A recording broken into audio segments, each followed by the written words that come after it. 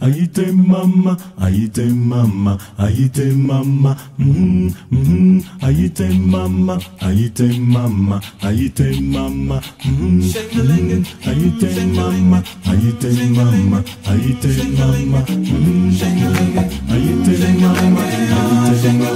aïté mama, hey, mama, mama,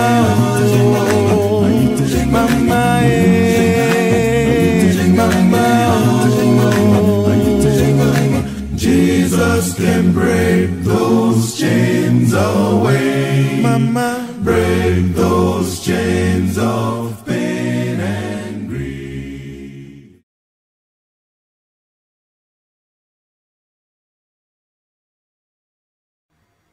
Je suis Pipo, votre habituel. Je suis heureux de vous revoir aujourd'hui. Je suis Pipo, votre habituel. Ma mission est de vous présenter Jésus. Il est bon, vraiment bon. Dieu est bon, vraiment bon. Je suis Pipo, votre habituel. Avec cette rose et je proclame son amour.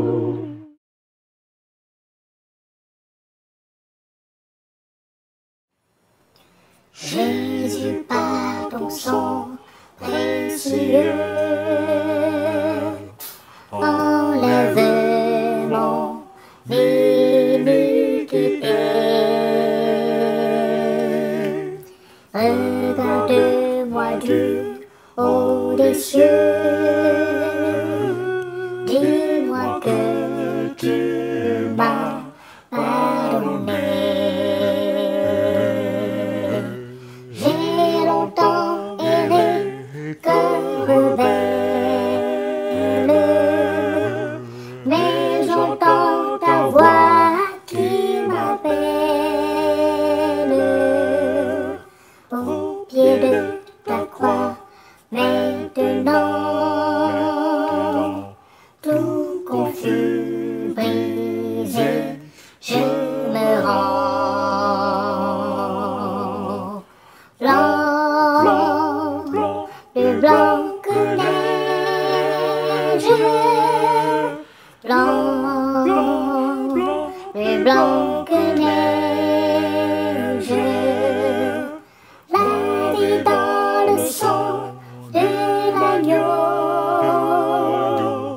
Je serai plus blanc que la neige.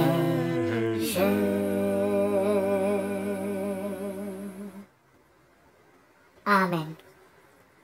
Chers amis, chers auditeurs, bonsoir. Je suis Pipo, votre ami virtuel. Alors que nous sommes en train d'entrer dans le sabbat de l'Éternel Dieu, créateur des cieux et de la terre, je nous invite à ouvrir nos Bibles dans Matthieu chapitre 11, verset 18. Matthieu chapitre 11, verset 18. Il est écrit: Venez à moi, vous tous qui êtes fatigués et chargés, je vous donnerai du repos. Fin de citation. Chers amis, ce chant nous dit, ce cantique que j'ai chanté, nous dit que Jésus-Christ est celui qui sanctifie. Jésus-Christ est celui qui purifie. Jésus-Christ est capable d'effacer nos transgressions, d'effacer nos iniquités, de nous restaurer, de nous élever en dignité. Et par ce cantique, ce texte biblique vient renforcer en disant que Jésus-Christ nous dit, même si nous sommes épuisés et fatigués dans nos péchés, et qu'il semble qu'il n'y a point de porte de sortie, il est la porte de sortie. Jésus-Christ est la porte de sortie. Jésus-Christ est celui qui sauve. C'est lui qui nous dit, si nous sommes fatigués par nos péchés, si nous sommes épuisés par nos meurtrissures, nous sommes épuisés par la maladie, si nous sommes fatigués par les échecs, par les déceptions, si nous sommes fatigués par la pauvreté, si nous sommes fatigués par les injustices, venons à Jésus-Christ. Viens à Jésus-Christ, cher ami. Viens à Jésus, dépose à ses pieds tes fardeaux. Et il te restaurera en dignité. Il te relèvera. Il remettra ce sourire dans ton visage. Il te donnera la paix. Alléluia. Allez, chers amis, voici votre émission Sainte Rosée.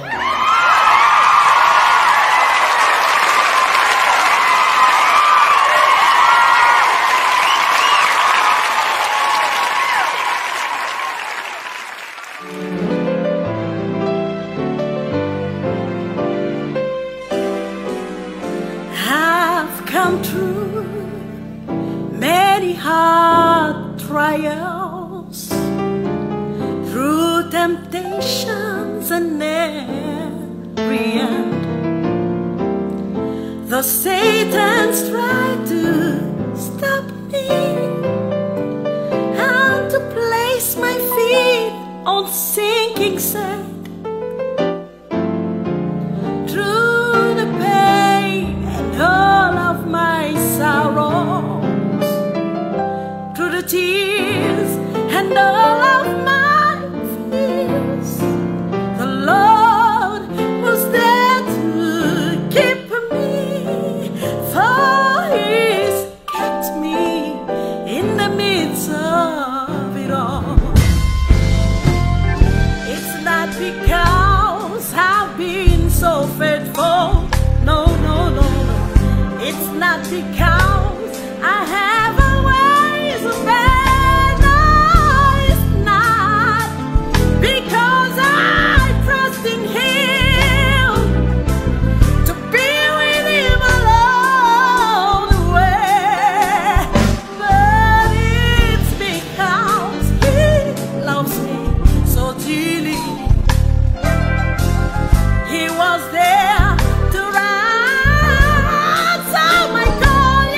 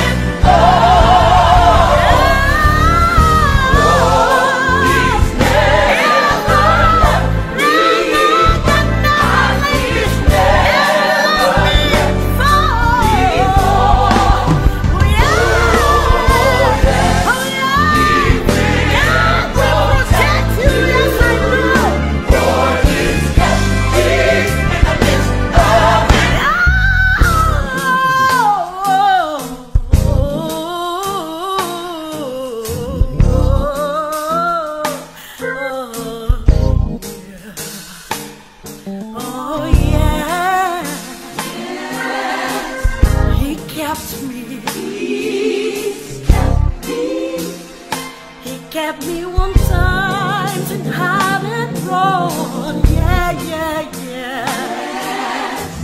He's kept me. Jesus kept me. I fall I can do but my own way. Jesus, Jesus, yes. Jesus, Jesus, Jesus. Kept me.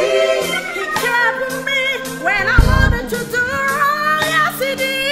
He kept me. Yes. He kept me. Jesus kept me. When I fall, I was going to lose my mind. Jesus kept me. With his power, Jesus kept me. Jesus kept me. He wouldn't let me fall. Jesus kept me. Jesus kept me. Right now, in the midst of it all. I don't know what you're going through, for when you allow me to encourage you, I know he did it for me, for me, for me, for me, for me, for me, for me. He will do the same. Jesus, Jesus, yes, he did. Jesus, Jesus, yes, he did. And your power never left. To God in time of prayer. I brought my mother, and I know she loves me. I brought my family, and I know he blessed me. But no,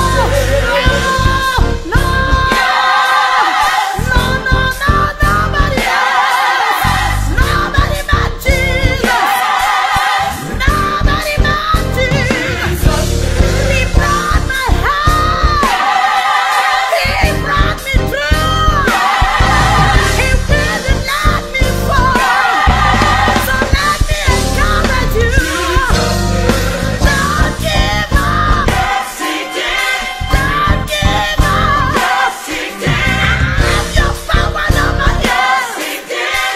You can win. With Jesus, with Jesus, with Jesus. Yes, he did. You can make it. Yes, he did. Come on and understand.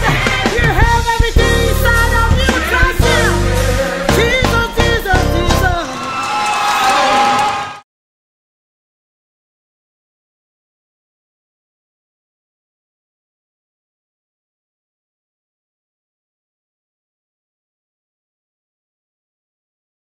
Avez-vous déjà vu une perle?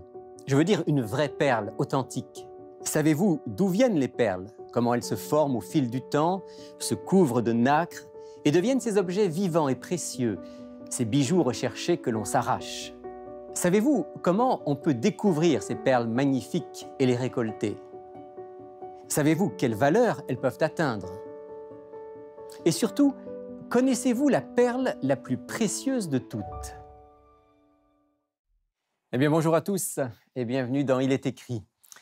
Aujourd'hui, on va parler donc de perles à travers une histoire que le Christ a rapportée, qu'il a racontée à ses disciples, une parabole comme on les appelle. Vous savez, ces petites histoires qui semblent anodines, mais en fait, quand on s'y arrête et qu'on y réfléchit, elles sont profondes, ces histoires, profondes comme l'océan où on trouve justement ces perles. Pour en parler aujourd'hui, je reçois un ami, quelqu'un qui est un habitué de l'émission Il est écrit. C'est Patrick Dupuis. Bonjour Patrick. Bonjour Rémi. Bienvenue à nouveau dans Il est écrit. Merci, c'est toujours un plaisir d'échanger et de partager avec toi sur les divers sujets bibliques du jour. Et aujourd'hui donc une parabole, et c'est toi qui as choisi la parabole de la perle précieuse. Effectivement, c'est une parabole qui est très courte, mais en même temps, comme on s'y retrouve dans l'enseignement de Jésus, la plupart du temps, certaines paraboles qui sont très courtes sont souvent ceux qui sont les plus profondes ou les plus riches en ce qui concerne la symbolique ou le sens spirituel qu'on veut en dégager. Alors, on va lire cette parabole, on va lire en fait celle qui est juste avant et puis l'histoire de la perle. Et ensuite, on va réfléchir sur ce que Jésus a voulu nous dire. On trouve ça dans Matthieu chapitre 13, donc Évangile selon Matthieu chapitre 13, à partir du verset 44. Le royaume des cieux est encore semblable à un trésor caché dans un champ. L'homme qui l'a trouvé le cache de nouveau, et dans sa joie, il va vendre tout ce qu'il a et il achète ce champ. Le royaume des cieux est encore semblable à un marchand qui cherche de belles perles. Ayant trouvé une perle de grand prix, il est allé vendre tout ce qu'il avait et il l'a achetée. Alors Patrick, si on se replace dans le contexte de l'époque, on a là un marchand de belles perles. Aujourd'hui, les perles, on les produit pratiquement à la chaîne, mais ce n'était pas le cas à l'époque. C'était quelque chose de rare. Rappelle-nous un petit peu ce que c'était que les perles à l'époque de Jésus. En fait, effectivement, dans la mesure où on souhaite mieux apprécier l'enseignement de Jésus, c'est toujours une bonne idée d'essayer d'avoir un peu de contexte et mieux comprendre l'époque dans laquelle Jésus a vécu et l'époque dans laquelle Jésus a enseigné également. Aujourd'hui, les perles sont de production synthétique, si on veut. On a des cultures de perles dans différents pays, entre autres au Japon. Mais une statistique intéressante sur les perles en ce qui concerne leur état naturel. Habituellement, on va trouver une perle sur à peu près 10 000 huîtres. Donc, c'est quand même un élément de rareté qui est important. Puis, à l'époque de Jésus, quand on parlait des perles, évidemment, on n'était pas dans une culture synthétique, mais davantage dans une approche où c'était une profession ou un métier ou une pratique qui était très dangereuse. Évidemment, on devait plonger en profondeur. On n'avait pas l'équipement qu'on utilise aujourd'hui qui est à notre disposition. Et dans ce contexte de rareté, dans ce contexte de dangerosité, effectivement, on est dans une situation où est-ce qu'on peut comprendre que c'est une pierre précieuse qui prend quand même beaucoup de valeur. Et il y a aussi un autre élément particulier qui différencie la perle des autres pierres précieuses également. Parce que c'est beau, une perle, c'est beau, mais effectivement, ça met du temps à se construire, si je puis dire ça comme ça. Exactement. Aujourd'hui, au niveau synthétique, dans les cultures de perles, on peut parler de 6 à 24 mois. Dans un état naturel, évidemment, il y a toute la question de la probabilité d'en trouver une. En même temps aussi, ce qui est intéressant, c'est quand on... Comment ça se forme? Ben, en fait, on est dans un contexte où est-ce qu'il doit y avoir un corps étranger qui s'introduit ou qui dans l'huître ou dans le... Exactement. Et ensuite, ce corps étranger est traité d'une certaine façon par l'organisme vivant. C'est comme une réaction de l'organisme pour se défendre? Exactement. Et là, on enveloppe des couches avec le temps. Et ce qui est particulier, c'est que la plupart des perles sont dans un contexte d'unicité. Au niveau de la texture, d'une certaine façon, au niveau de la couleur, au niveau de la forme. Il y a des choses intéressantes qu'on peut dire un peu plus tard dans l'émission qui se rattachent à ces éléments d'unicité d'une perle à l'autre. Ce qui est intéressant de noter également dans le contexte des pierres précieuses, quand on parle, bon, évidemment, des perles qui sont utilisées pour faire des bijoux, entre autres des colliers, et on n'est pas étranger à des colliers qui ont été portés par... qui valent des millions. Oui, des personnes connues, soit des célébrités ou de la royauté, et ainsi de suite. C'est que c'est la seule pierre précieuse qui est issue d'un organisme vivant. Toutes les autres pierres précieuses que nous avons, les rubis, les saphirs, les diamants ou autres, sont produits... C'est du minéral, ça. Oui, dans un tout autre contexte. Et la perle est le seul à être dans un contexte où on a une pierre précieuse qui est le résultat d'un processus impliquant un organisme vivant. Et ça voudrait dire quoi, à ton avis, Patrick? On pourrait l'interpréter comment? Ben, en fait, moi, dans une perspective chrétienne, quand je regarde les phénomènes naturels autour de moi, j'essaie toujours d'interpréter ces phénomènes-là à travers l'œil du Créateur. Et je pense qu'un des liens spirituels qu'on peut faire aujourd'hui par rapport à la perle, c'est de parler de l'unicité. On peut parler également du fait que l'être humain, du moins d'une perspective biblique, n'est pas le produit du hasard, il est le fruit du désir de Dieu de créer une forme de vie intelligente avec laquelle il peut entrer en relation.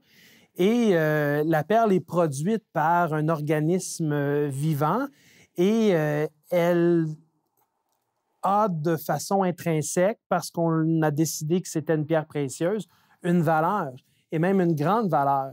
Et bibliquement, on n'est pas sans savoir, en regardant les Écritures de la Genèse à l'Apocalypse, la valeur que Dieu porte à l'égard de sa création, plus précisément à l'égard de l'être humain.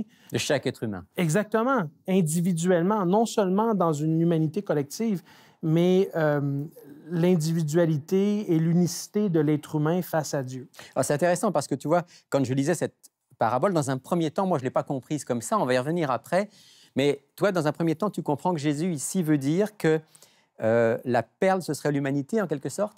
Oui, je pense qu'il y a deux façons d'interpréter cette parabole, et c'est ce que je trouve intéressant de l'étude biblique. N'importe qui s'adonne à la lecture biblique et l'étude de la Bible va se rendre compte qu'on est dans des strates et on creuse de plus en plus, et la compréhension s'approfondit, et en fait, c'est un trésor sans fond dans lequel on peut dégager des pierres précieuses, qui sont des vérités spirituelles qui nous font énormément de bien. Et je pense que la première interprétation qui peut être donnée concernant ce marchand de perles, qui est à la recherche d'une perle de grand prix, pas n'importe laquelle, qui la trouve et qui ensuite décide de vendre tout ce qu'il possède pour l'acquérir, c'est le prix que Dieu a accepté de payer pour réconcilier l'humanité à lui-même, pour racheter l'humanité à lui-même, pour ramener cette connexion qui avait été brisée. Et ça, c'est indépendamment de l'opinion de l'être humain, de la croyance de l'être humain en Dieu ou pas. Dieu a fait tout ça indépendamment de nous, tout simplement parce qu'il nous aime et parce qu'au départ, si on s'adonne à la véracité du récit biblique, nous sommes l'œuvre de Dieu. On est créé à son image. Oui, et il y a quelque chose qui a brisé, et Dieu a voulu, de son propre chef, de son plein gré, par amour pour nous, rétablir la relation, rétablir la connexion. Et par cette parabole, Jésus essaie de dire à ceux qui l'écoutent à son époque, vous avez de la valeur aux yeux de mon Père, parce que moi, je suis venu le représenter, et le prix que mon Père est prêt à payer, c'est le don de sa vie. Et donc, il y a là, pour chaque être humain, l'opportunité de savoir si tu te poses des questions sur la valeur de ton humanité. Jésus a adressé cette question-là. Tu es d'une valeur inestimable. Ça, c'est extrêmement actuel comme réflexion, parce que peut-être jamais autant qu'aujourd'hui, on a parlé de l'estime de soi, de l'amour de soi. On utilise aussi parfois cette expression. Puis, curieusement, il semble que plus on en parle, plus on a de problèmes avec ça. Est-ce que finalement, ce n'est pas parce qu'on cherche au mauvais endroit? Est-ce que Jésus n'est pas en train de nous dire ici, tu vas comprendre ta valeur quand tu vas comprendre le regard que Dieu porte sur toi et ce qu'il a fait pour toi? Oui, je ne veux pas dramatiser la situation, mais la problématique en société aujourd'hui est certainement accentuée par les réseaux sociaux. On regarde dernièrement une étude qui a été publiée concernant certaines plateformes de réseaux sociaux où il y a un impact très négatif, entre autres sur les adolescents. L'image qu'ils ont d'eux-mêmes, oui. Oui, il y a énormément de comparaisons et on n'est pas conçu, je crois, de la part de Dieu pour être bombardé avec autant d'informations au quotidien. Ceci étant dit, je pense que le défi aujourd'hui, c'est de trouver sa valeur. Et on peut s'épanouir en tant qu'être humain dans nos relations interpersonnelles, relations de couple, relations parents-enfants, ou même au niveau de notre profession. Mais fondamentalement, je pense que l'être humain se pose un certain nombre de questions existentielles et on est à la recherche de sens dans notre vie. On est à la recherche beaucoup de validation, de valorisation.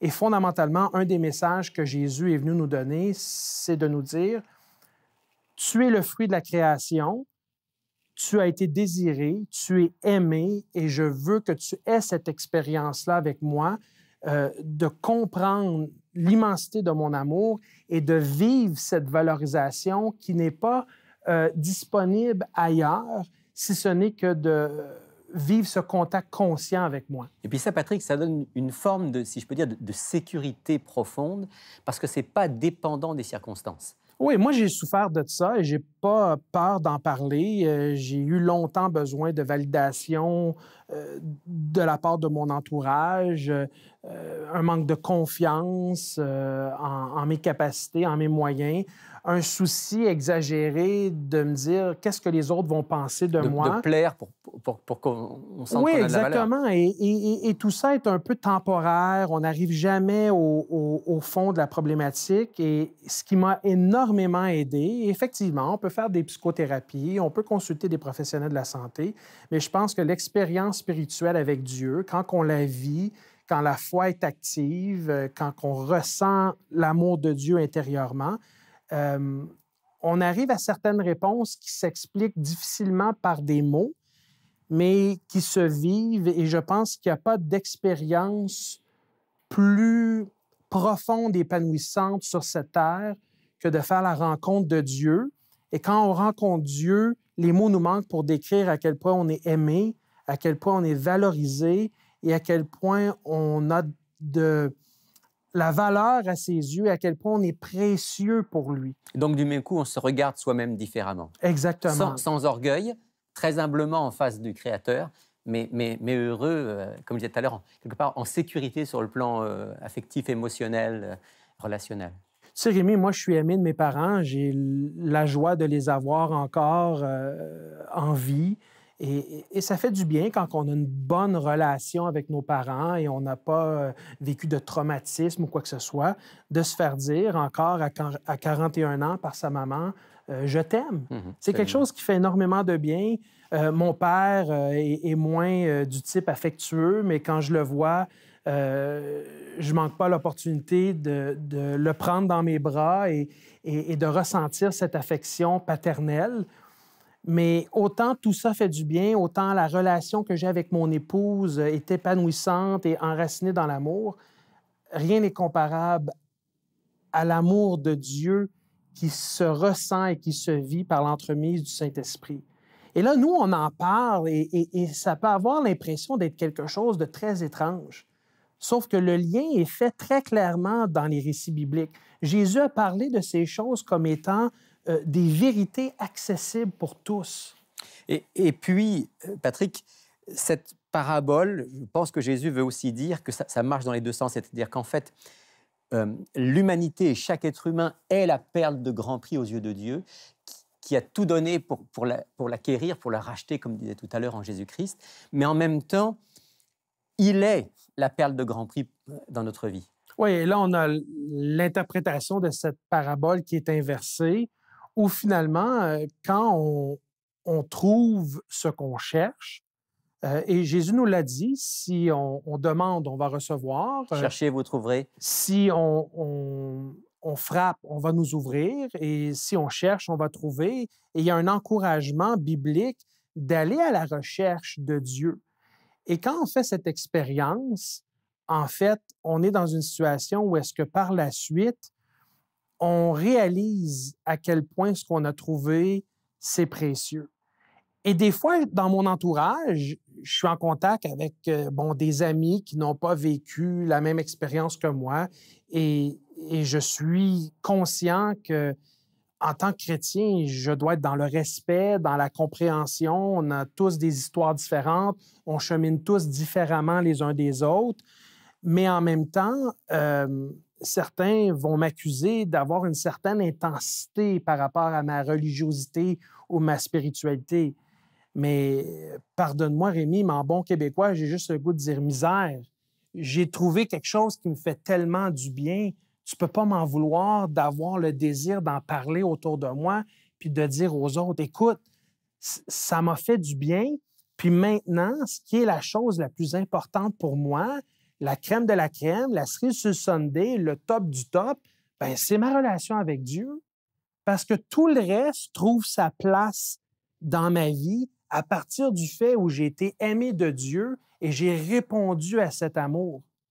Puis moi, ben, je suis un des gâtés, Rémi, parce que je l'ai fait, cette expérience-là, au début de la vingtaine. Quand tu étais relativement jeune. Oui. Mhm. Avoir à recommencer, j'aurais aimé ça, rencontrer Dieu adolescent, parce que ça a été une période très difficile. Mais dans la Bible, on a des personnages qui vont rencontrer Dieu pour la première fois à différentes étapes dans leur Absolument, vie. absolument. L'important, c'est de faire cette rencontre. J'ai eu l'occasion de baptiser ici au centre Il est écrit une dame qui avait 85 ans. Mais quelque part, c'était la même expérience que celle que tu rapportes à l'instant. C'était cette même intensité de la rencontre avec Dieu. Finalement, à travers la parabole de la perle de Grand Prix, pour laquelle le marchand est prêt à tout vendre. Parce qu'ils se disent, si je l'achète, j'ai plus que tout le reste. Dieu est en train de nous dire, ne laisse rien ni personne t'empêcher de faire cette expérience, de me rencontrer et de m'accepter dans ta vie. Oui, parce que Jésus, c'est pour aujourd'hui et maintenant. Moi, ma relation avec Jésus, elle m'aide dans le concret du quotidien par rapport à mes craintes, mes peurs, mon anxiété, mon stress, l'inconnu, les problèmes qui surviennent dans ma vie. Jésus est autant mon psychologue, mon psychiatre, mon médecin, mon coach de vie, évidemment. Ça ne veut pas dire que tu n'as pas besoin de médecin. Non, j'exagère. Là. Ce que je suis en train de dire, c'est que je m'y réfère par la foi, je lui parle et je me confie en lui. Mais évidemment, si j'ai un problème de santé physique, je vais consulter un médecin. Si j'ai besoin d'une thérapie pour m'aider avec des éléments liés à mon état de santé mentale, je vais consulter un psychiatre ou un psychologue, on s'entend. Sauf que, forcé d'admettre que c'est au cœur de ma foi, c'est au cœur de ma spiritualité et c'est quelque chose qui est aidant et qui est fondamental à mon bien-être. Qui change en fait toutes les autres dimensions de la vie. Oui, et qui amène de l'équilibre dans les autres dimensions de ma vie. Et c'est un processus, c'est un cheminement. Non, tout n'est pas parfait tout le temps, mais Christ, aujourd'hui, maintenant, dans ma vie, ça me fait du bien. Mais en même temps, si on regarde l'enseignement de Jésus, Jésus a dit qu'il n'était pas juste venu pour aujourd'hui et maintenant, c'est qu'il y a un autre élément à son enseignement qui concerne toute la question du pardon, de la réconciliation avec lui et la vie éternelle. Parce que le royaume des cieux dont il parle, ça commence aujourd'hui par une vie nouvelle, mais ça débouche sur la vie éternelle. Oui, Dieu s'est fait pour être dans un contexte où on est en relation vivante avec lui aujourd'hui et maintenant, demain et après-demain. Mais bibliquement, l'enseignement de Jésus, c'est qu'il y a une éternité. Il y a un moment où la vie terrestre qui nous est donnée prend fin et on retombe dans les mêmes questions existentielles qui se posent depuis l'aube des temps. D'où venons-nous? Pourquoi on est ici? Et qu'est-ce qui se passe après? Où est-ce qu'on va après? Il y a toute la question de la seconde venue de Jésus. Il y a toute la question de l'établissement de son royaume. Et les auditeurs qui sont intéressés peuvent communiquer avec Il est écrit et demander d'être dans des groupes d'études bibliques ou faire des cours d'études bibliques. Pour mieux connaître cet évangile. Oui, les spécificités de l'enseignement de Jésus sur la suite. Mais moi, je suis autant attaché à l'enseignement de Jésus qui veut me faire du bien aujourd'hui. Donc, le Christ qui veut m'aider aujourd'hui dans mon problème concret et réel et qui veut me donner de la paix, qui veut me consoler, qui veut me soutenir, qui veut m'encourager par son esprit. Mais je suis aussi intéressé par l'enseignement de Jésus qui nous dit, il n'y a pas juste ici et maintenant. J'ai quelque chose pour toi. Il va y avoir une éternité et ta connectivité avec moi va faire toute la différence sur le cadeau que je suis venu donner. Parce que le cadeau ultime, c'est la vie éternelle. Absolument, absolument. Tout ça, c'est la perle de Grand Prix. Patrick, on doit s'arrêter là, mais certainement que nos auditeurs vont avoir le désir de pouvoir approfondir ça. Ils feront aussi avec notre offre qu'on va présenter dans quelques instants. On ne peut pas se quitter sans prier ensemble pour remercier Dieu d'aimer chacun d'entre nous et lui demander aussi de nous donner en retour ce même amour pour lui et pour les autres. Tu veux bien prier, Patrick? Avec plaisir. Seigneur, nous voulons te dire merci parce que par cette parabole de la perle de Grand Prix, tu nous rappelles à quel point nous sommes précieux à tes yeux. Chacun d'entre nous, là où nous sommes, peu importe ce que nous sommes en train de vivre, Ton plus grand désir, c'est de nous rappeler que tu nous aimes. Alors Seigneur, viens et rencontre-nous là où nous sommes. Prends-nous par la main et conduis-nous sur le chemin qui mène à la vie éternelle. C'est notre prière au nom du Christ. Amen. Amen.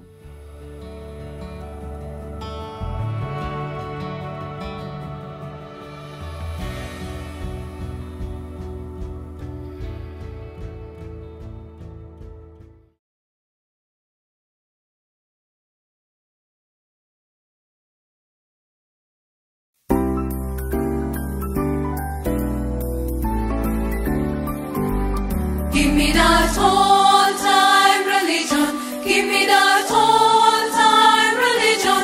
Give me that old time religion. It's good enough for me. Give me that old time religion. Give me that old time religion. Give me that old time religion. It's good enough for me. It was good for the Hebrew children. It was good for the Hebrew children. It was good for the Hebrew children. It's good enough for me. It was good for Paul and Silas. It was good for Paul and Silas. It was good for Paul and Silas. It's good enough for me. It was good for my grandmother. It was good for my grandmother. It was good for my grandmother. It's good enough for me. Give me that old time religion. Give me that old time religion. Give me that old time religion. It's good enough for me. Yes, give me that old Time religion, old time religion. Time religion, old time religion. Time religion, old time religion is good enough for me. Yes, Give me that old time religion. Give me that old time religion. Give me that old time religion is good enough for me. yes, Give me that old time religion. Give me that old time religion. Give me that old time religion is good enough for me. yes, Give me that old time religion. Give me that old time religion. Give me that old time religion is good enough for me. yes, Give me that old time religion.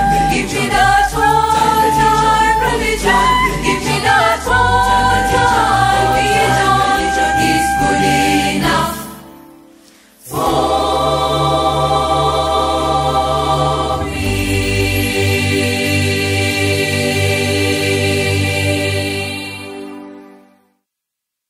Écoute la voix du Seigneur Jésus.